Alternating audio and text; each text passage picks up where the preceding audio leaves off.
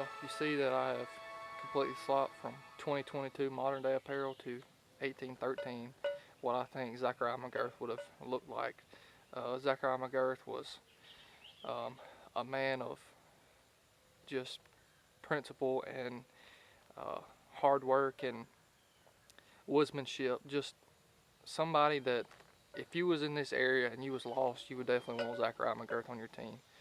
Um, with him being Matisse, which is part Creek and part white, um, he really, there was so much diversity going on that he was kind of in the middle of it all.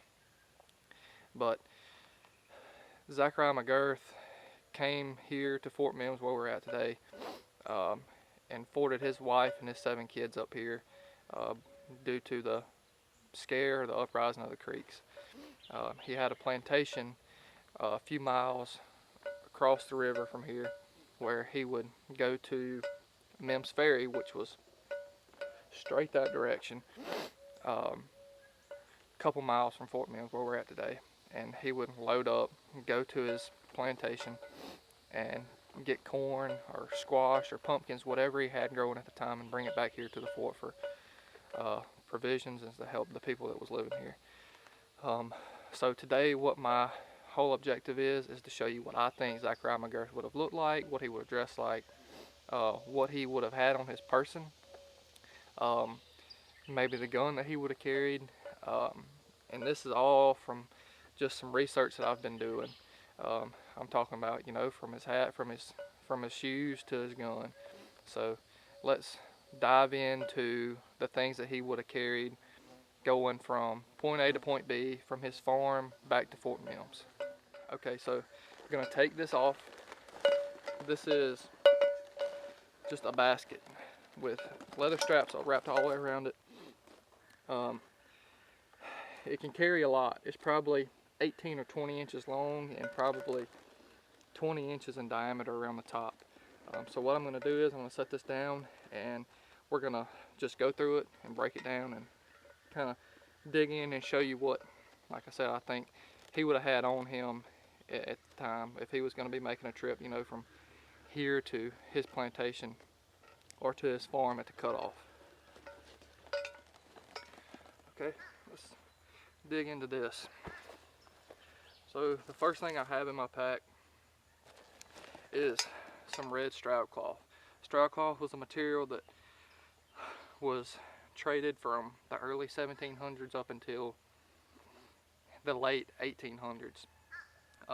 It varied from the colors of green, red, and navy blue, and it either had one line across here in white or 2 smaller lines across the bottom in white, or we've also even seen the white being all the way at the top edge. But it was just a all-around wool cloth that was brought from Europe to trade with the Indians. They made leggings, breechcloths, match coats with it, whatever they could make with it, and also keep warm because it is a very heavy wool fabric. So what I'm going to do is I'm going to lay this out. We can put the stuff on later.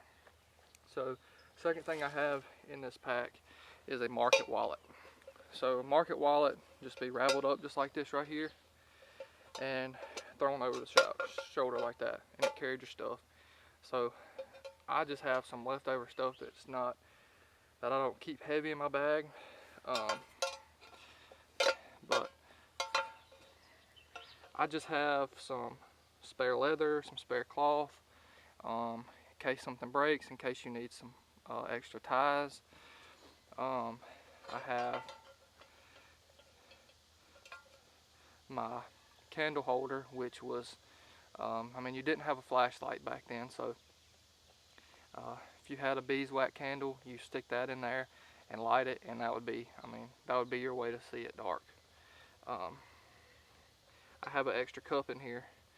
I keep 2 of these on me at all time, one for drinking and one for boiling, in case you get into a situation where you need to boil your water or something to cook in and you don't have a pot on you. Third thing that I'm going to show you in here is some tump line.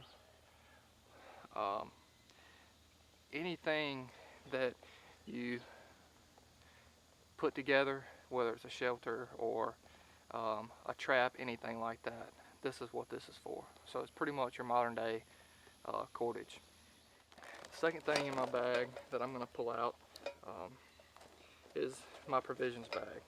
So this could be for small game, birds, rabbits, squirrels, whatever I harvest to eat on, or it could be whenever I come back from the farm, putting squash or whatever I've grown or whatever I've picked, corn, whatever, in here to tote back with me, so I'm not just throwing it all in my bag.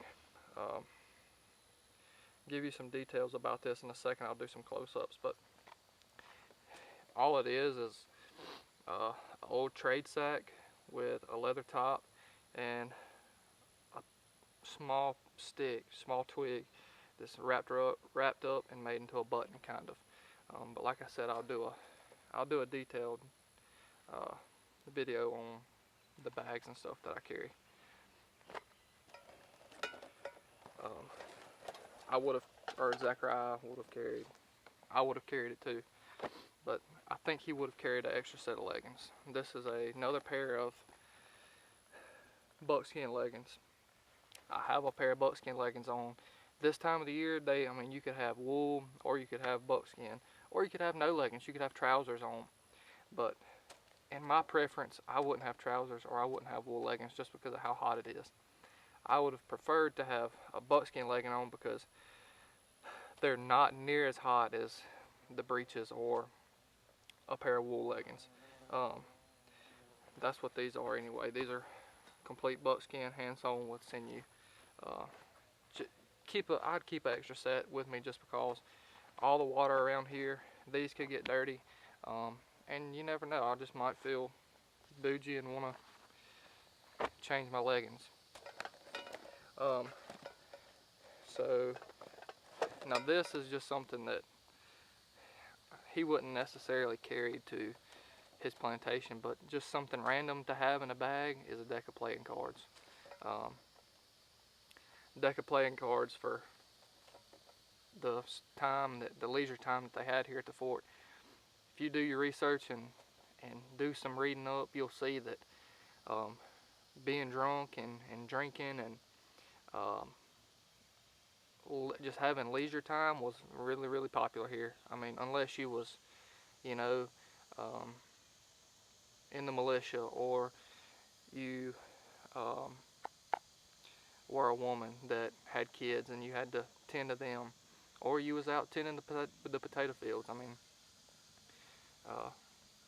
it was just a lot of diversity here. A lot of things going on in this small 1-acre fort. So another thing that I have in here would be an extra set of moccasins. So in the time period, I think Zachariah would have either he would have wore moccasins or he would have had a pair of common shoes. Common shoes were just black leather shoes. They didn't have a buckle on them. By that time, they were actually tied, but they looked just like a buckle shoe, but they were tied. Or he had these pucker toe moccasins like this right here, and I would keep an extra set in there just in case mine got wet or anything. I got a hole in them and didn't have time to repair them or what, but I would definitely keep an extra pair of moccasins with me. Another important items I have in that bag would be, this is it's a horn, but it's capped off at the end and it has a spigot at the top that I keep pepper or salt in. This one I'm going to keep salt in just to dry age meat, cook with, tan hides with, whatever, but this is where I'd keep my salt at. Keep that in there with me. Now I also have some more roasting tin cups that I could use for coffee or boiling, whatever. Right here on the side of this is another cup that I keep ready pretty much, so if I'm ready to drink, all I can do is untie it from here and I can go about my business. This right here is what I'd keep my pepper in. If I did have pepper, or if Zachariah did have pepper, it wouldn't be much. Um, salt was your main seasoning, but if pepper or any other type of seasoning that he would have had, kept here. Um, so now we're gonna dive into what I would have kept, or what Zachariah would have kept in haversack. This is just a linen haversack, 3 silver buttons on it, or pewter buttons on it, that is completely hand sewn, leather strap, and the haversack is what kept, fire starter, spoons, forks, everything that you need in case you was having to stay an extra day away from the fort and away from your wife and everybody else. So let's dive into my haversack. Okay, so let's open the haversack.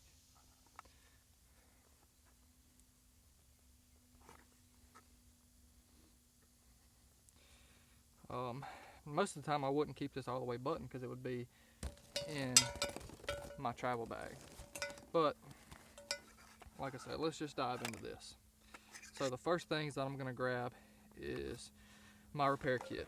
This is a roll of sinew, deer dried sinew, and my sewing awl. So if anything happened, this would be, my fixer. If this moccasin tore up and I had to fix it or repair a hole in it, this right here would be my go-to. So I'm gonna set this right here. Then let's see. Also, in this right here, I have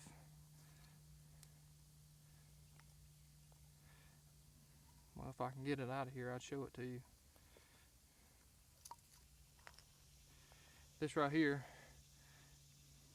is my needle for stitching things up. Just keep it in this hollow piece of bamboo or river cane.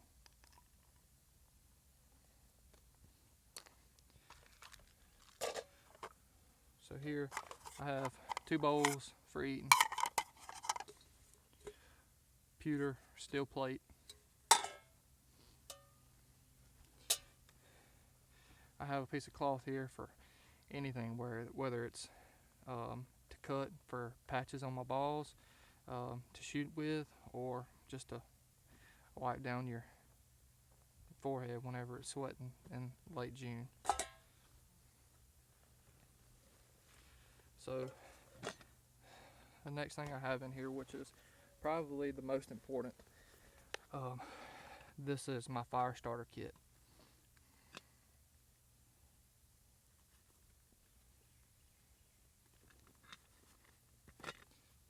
It's just in a buckskin bag, and I keep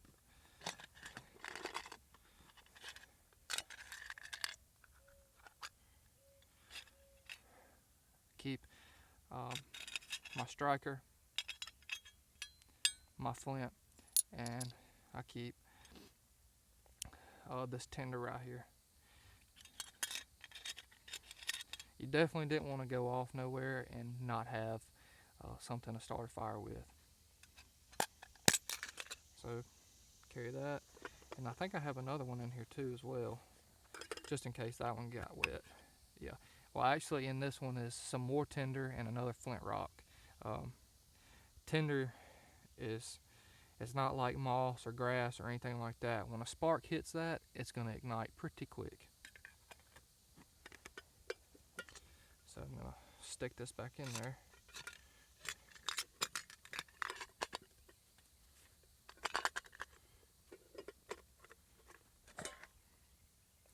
Now, this right here is actually a 2-sided cap. If I didn't want to wear a hat, I could have just put this on. It's just made out of real thin linen material.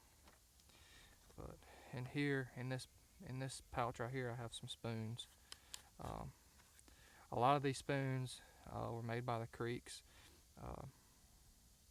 They were craftsmen. Craftsmen that I feel like the whites didn't have. They were experts. Now in this one, I have my fork and knife. You go somewhere you don't want to be eating with your hands, I suggest have a fork and a knife. And then in here, I don't have to pull this out. All this is I have a wax candle for whenever I showed you that I had that that candle holder. I have a wax candle in here, and I have a piece of lighter knot for whenever I do want to start a bigger fire. So we just really unpacked our Zachariah McGirth travel pack. This video is going to be the first of several videos that I'm going to try to do, just to kind of bring light on Zachariah McGirth, because if you really think about it, there's not much out there on him, and he played a big role here at Fort Mims and the Tensas region. So, like I said, I'm just going to try to shed some light on him and his life, and what I think he would have wore and what he would have looked like, and what he would have, what his life would have consisted of. So if that interests you, like this video, share it, and subscribe to our YouTube channel. So anyways, Lord willing, the creeks won't rise. See you next time.